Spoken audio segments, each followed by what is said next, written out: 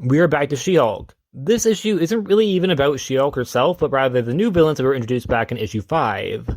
With us being introduced to these new villains, Mark and April explains their backstory and how they met online, fell in love, and got married. They were scientists with the goal of recreating an experiment that happened to Bruce Banner, aka the Hulk.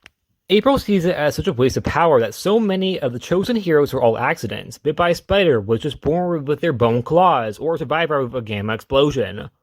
All these examples are of people who didn't want their powers, while people who actually want them are being wasted as normal, such as April herself and her husband Mark. It's an interesting commentary, certainly not an original one, but I do think the direction it's being taken in is certainly unique with the side love story of Mark and April. One that in these very few panels I think is sold very well. However, it does feel like April could possibly be manipulating Mark, as from their depictions it seems like Mark is more misunderstood, while April's far more aware of what she's doing.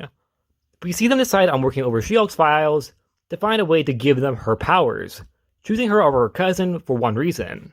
And that is because she's in control of her Hulk while Banner isn't, which in my opinion is a very good way to make the story about She-Hulk other than the Hulk, as I think it makes perfect sense that Jen would be the one they want to recreate, as she's the one who has the powers that are more controllable other than Banner's, who is completely out of control.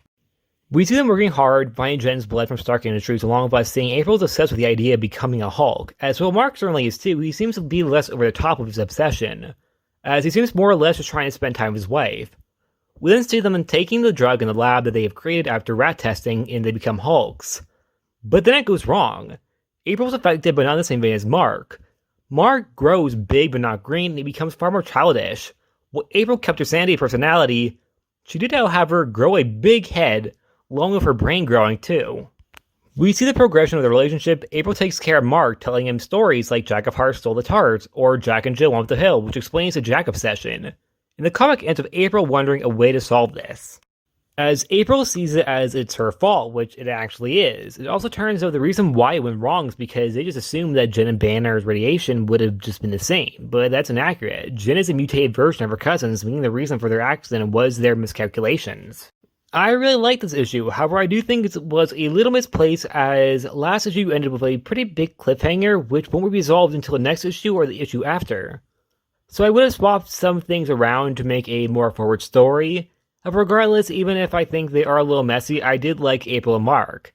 And as villains, they seem to go pretty well, as they're not really the standard villain, but more misunderstood characters. However, April last issue felt like a completely different person this issue. Being far more villainous last time, yet again, maybe she was just, feeling evil that day.